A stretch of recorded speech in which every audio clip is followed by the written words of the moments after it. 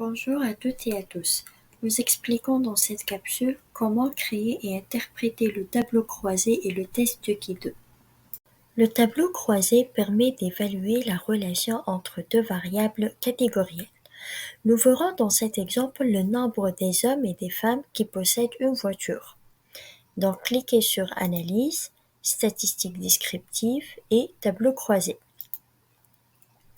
Insérez la première variable dans la boîte ligne et la deuxième variable dans la boîte colonne.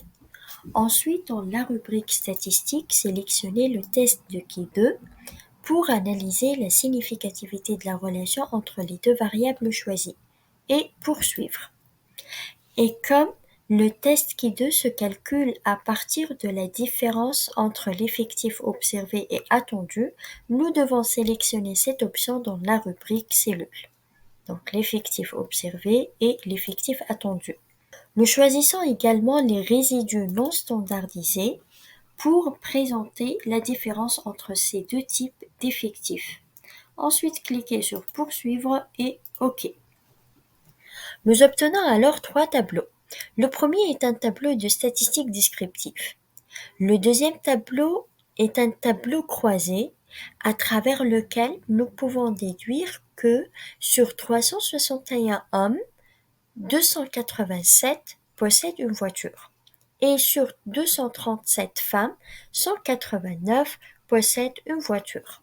Ce tableau croisé met aussi en avant l'effectif théorique, appelé aussi l'effectif attendu.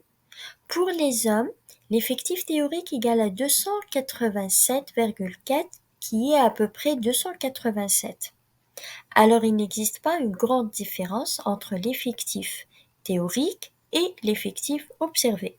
Et pour les femmes, l'effectif théorique égale à 188,6 et l'effectif observé égale à 189. Nous remarquons qu'il existe une différence minime. Donc, il n'existe pas une relation entre les deux variables traitées, c'est-à-dire le fait d'avoir une voiture ne dépend pas du genre. La question que se pose ici, s'il y avait une différence, sera-t-elle significative?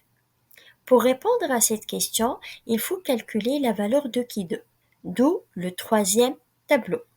La valeur est égale à 0,005, qui est une valeur très petite, ce qui signifie l'absence de relation entre les deux variables choisies.